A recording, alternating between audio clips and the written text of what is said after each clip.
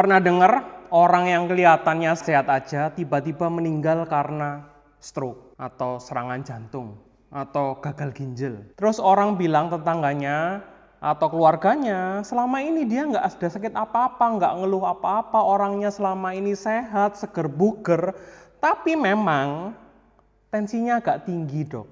Ayo, pernah nggak?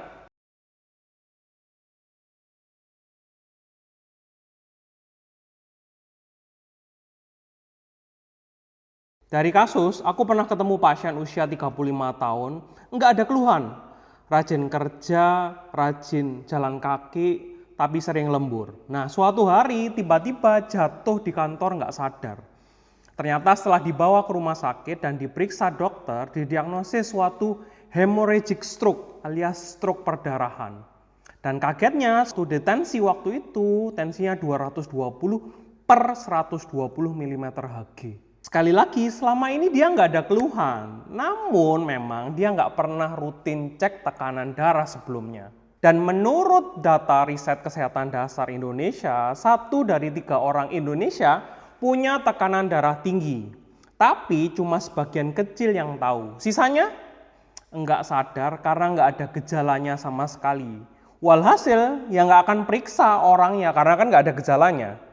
Agak miris ya, karena orang kita tipikal kalau nggak sakit banget ya nggak akan dibawa ke dokter. Akhirnya banyak yang sudah jadi komplikasi fatal seperti stroke, serangan jantung, gagal ginjal, sakit paru, sakit liver, dan lain-lainnya yang semuanya beresiko tinggi terjadinya kematian. Momen inilah yang bikin aku sadar tensi itu bukan sekedar angka. Tensi bisa jadi garis batas antara hidup dan mati dan juga sebagai pengingat kita bahwa tubuh kita sedang nggak baik-baik saja.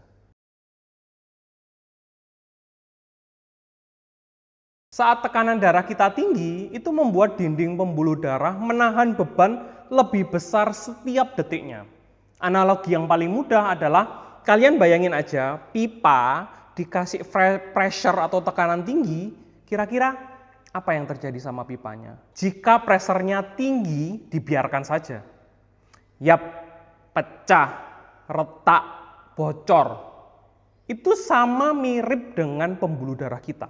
Lama-lama jika tekanan darahnya tinggi, maka dindingnya bisa menebal, mengeras, dan pecah ujung-ujungnya. Dan seperti yang saya bilang, organ-organ di atas yang terdampak tekanan darah tinggi ini paling gampang dibagi menjadi yang 3 paling fatal adalah otak, jantung, dan ginjal. Pada otak gampang terjadi stroke.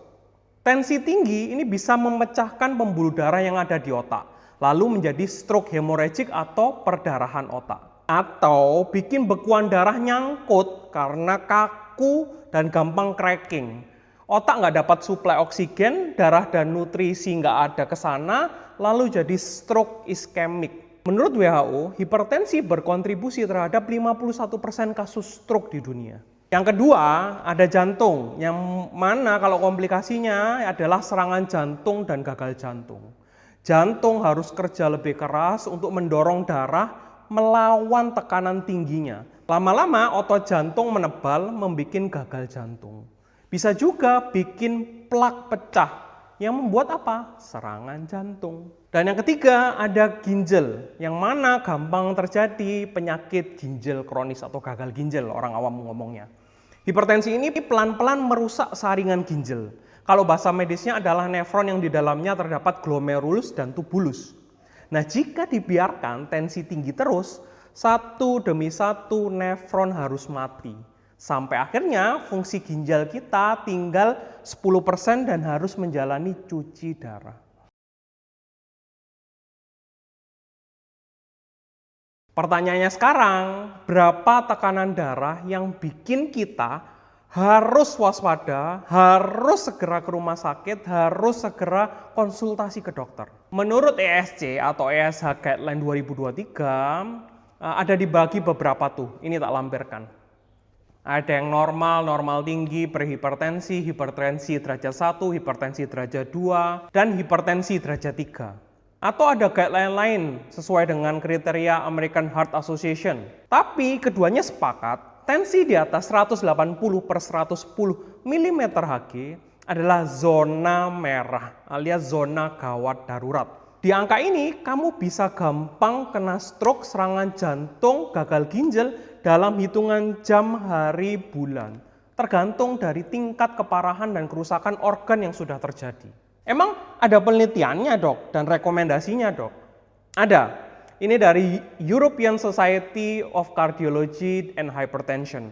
ESC atau ESH menyebutkan bahwa tensi di atas 180/110 mm Hg adalah hipertensi emergency atau urgency yang mana tergabung dalam krisis hipertensi yang memerlukan perawatan segera karena resiko tinggi terjadi kematian. Nah, pasienku waktu itu tensinya 200/110. Keluhannya apa? Cuma leher kaku. Dan 2 jam kemudian mendadak nggak bisa bicara. CT scan pas waktu itu didapatkan hasil stroke hemorrhagic atau stroke perdarahan.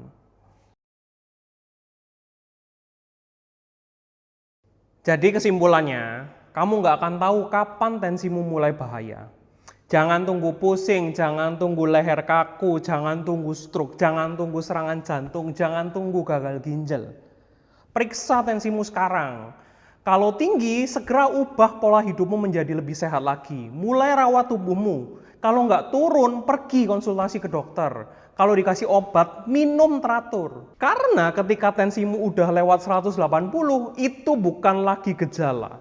Itu peringatan keras dari tubuhmu dan please, jangan diabaikan. Nah, kalau kamu punya orang tua, saudara, atau teman yang sering ngeremehin tensi, share video ini ke mereka. Karena ini merupakan kasus sehari-hari yang sering saya temui karena sering ngeremehin, datang sudah berat, ujung-ujungnya sudah komplikasi, dan untuk terapi kembali ke sehat normal akan sangat sulit. Nah, kalian juga bisa menulis komentar di kolom ini di bawah, berapa tensi terakhir kamu, kalau kamu sudah minum obat, apakah obatmu sudah diminum rutin, atau apakah kamu sudah kontrol rutin ke doktermu. Jika belum, yuk buruan, tensi sekarang juga, minum obatnya, kontrol rutin ke dokter. Ingat, angka tekanan darah bukan hanya sekedar angka biasa. Karena dia itu sinyal bahaya dari tubuhmu meski tanpa gejala. Karena jika kamu abai akan hal ini, taruhannya nyawa. Bukan nakutin, tapi ini kasus banyak banget. Jadi, udah paham kan?